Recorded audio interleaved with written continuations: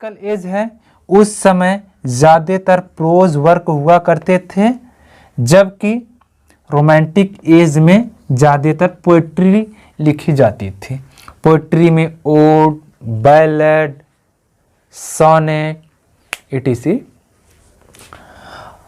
ये जो लैंग्वेज है, लैंग्वेज को ले करके कई बार विलियम वर्ड्सवर्थ और कॉलरिज के बीच झगड़ा भी हो जाता है, यानी वार्तालाप हो जाता है। क्यों?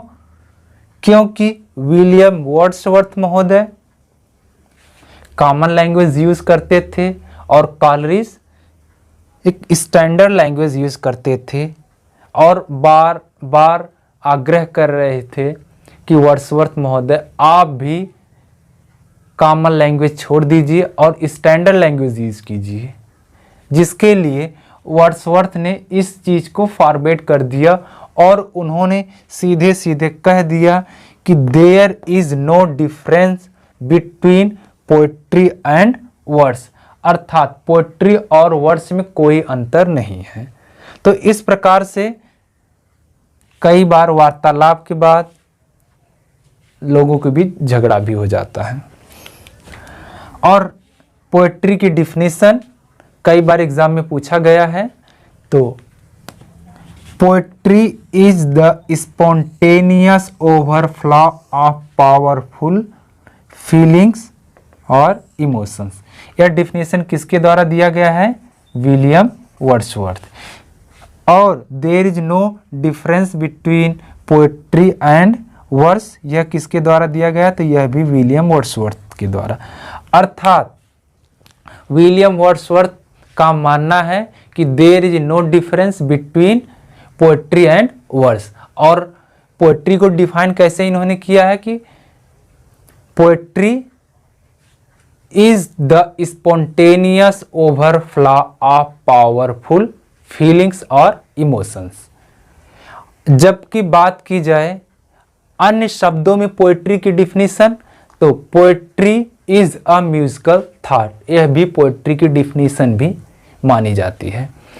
तो इस प्रकार से हम लोगों ने रोमांटिसिज्म को समझ लिया कि रोमांटिसिज्म का टाइम कब से कब तक का टाइम माना जाता है। 1785 से 1832 तक का टाइम रोमांटिसिज्म का टाइम माना जाता है। और इस टाइम को अन्य लिटरेरी पर्सन्स ने किस किस नाम से संबोधित किया था? तो T.S. डॉटन ने द रिनेंस ऑफ वंडर कहकर संबोधित किया था। विक्टर ह्यूगो ने लेवरिज्म इन लिटरेचर कहकर संबोधित किया था। और पेटर महोदय as addition of strangeness to beauty कहकर संबोधित किया है। और बात की जाए सबसे पहले रोमांटिसिज्म के फीचर्स किस कंट्री में दिखे गए थे? तो जर्मनी में, जर्मनी से इंग्लैंड, उसके बाद फ्रांस और अमेरिका। और क्लासिकल एज और रोमांटिक एज में अंतर क्या था? तो हम लोगों ने क्लासिकल एज और रोमांटिक एज में जो अंतर थे उसको समझ लिया कि क्लासिकल एज के जो पर्सन थे वो लोग स्टैंडर्ड लैंग्वेज यूज़ करते थे और रोमांटिक एज के पर्सन कॉमन लैंग्वेज यूज़ करते थे। इधर सिटी लाइफ को शो किया जाता था, जबकि रोमांटिक एज में कंट्री लाइफ को। अब आइए इस समय के कुछ और फैक्ट हैं उनको देख लेते हैं जो कि बहुत ही महत्वपूर्ण हैं। पहला है हिस्टोरिकल नावल। हिस्टोरिकल नावल के फादर सर वाल्टर स्कॉट माने जाते हैं, यानी sir Walter Scott is known as the father of historical novel. Next है लेक पोएट्स। लेक पोएट्स यह पोएट का ये ग्रुप है, अर्थात it is a group of poets which lived near Lake District. अर्थात पोएट्स का ऐसा समूह जो लेक डिस्ट्रिक्ट के आसपास रहता था और अपने राइटिंग का कार्य किया करते थे, वहीं से रह करके लेक पोएट के नाम से जाने गए हैं। यानी they were known as the name of lake poets. इनमें शामिल होने वाले लिटरेरी पर्सन हैं William Wordsworth, Coleridge, Robert Southey. यह 3 नाम बहुत ही महत्वपूर्ण है। तो ये तीनों नाम किससे जुड़ा हुआ है? Lake poet. नेक्स्ट है पोएट का एक ऐसा ग्रुप जो कि फर्स्ट जनरेशन और सेकेंड जनरेशन के नाम से जाना गया है, उसको हम लोग कह सकते हैं कि ओल्ड जनरेशन पोएट और यंग जनरेशन पोएट। जो यंग जनरेशन पोएट था, यानी पोएट का ऐसा ग्रुप जिसमें कीट्स, शेली, लैम्ब और बायरन भी शायद आते हैं, ये लोग शामिल थे। इनको यंग जनरेशन के नाम से जाना गया है, जिसमें से कीट्स और शेली ये बहुत ही महत्वपूर्ण नाम है, और लैम्ब का नाम यानी चार्ल्स लैम्ब का नाम कुछ किताब में मिलता है और कुछ ऑथेंटिक बुक में छोड़ भी दिया जाता है। तो आप लोग फिलहाल 2 नाम याद रखेंगे, कीट्स और शेली। ये किस जनरेशन के पोएट थे? तो यंग जनरेशन के पोएट थे। और यंग जनरेशन इनको क्यों कहा जाता है? क्योंकि इनकी मृत्यु बहुत जल्द ही हो जाती है। अब बात करें ओल्ड जनरेशन, तो ओल्ड जनरेशन में रहने वाले पोएट अपने लाइफ को एक लंबे समय तक व्यतीत करते हैं, अर्थात लंबे समय तक जीवित रहते हैं, तो इनको कहा गया है ओल्ड जनरेशन या फर्स्ट जनरेशन। इसमें विलियम वर्ड्सवर्थ महोदय हैं और कॉलरिज का भी नाम आता है, और भी लिटरेरी पर्सन है जो कि महत्वपूर्ण नहीं है।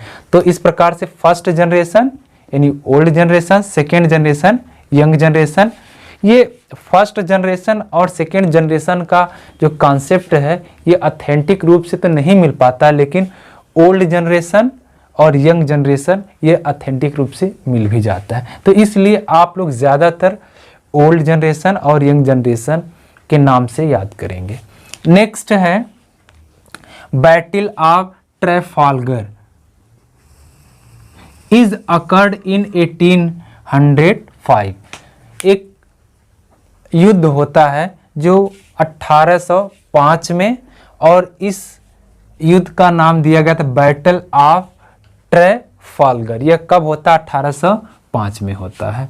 इस युद्ध में नेपोलियन की विजय होती है। इसमें कई सारे कंट्री मिलकर इस वार को लड़ते हैं और फाइनली नेपोलियन की विजय होती। तो बहुत ही महत्वपूर्ण ये वार है ट्रैफाल्गर वार। कब अकर्ड होता है? 1805 में है। नेक्स्ट है पेनिनसुलर वार।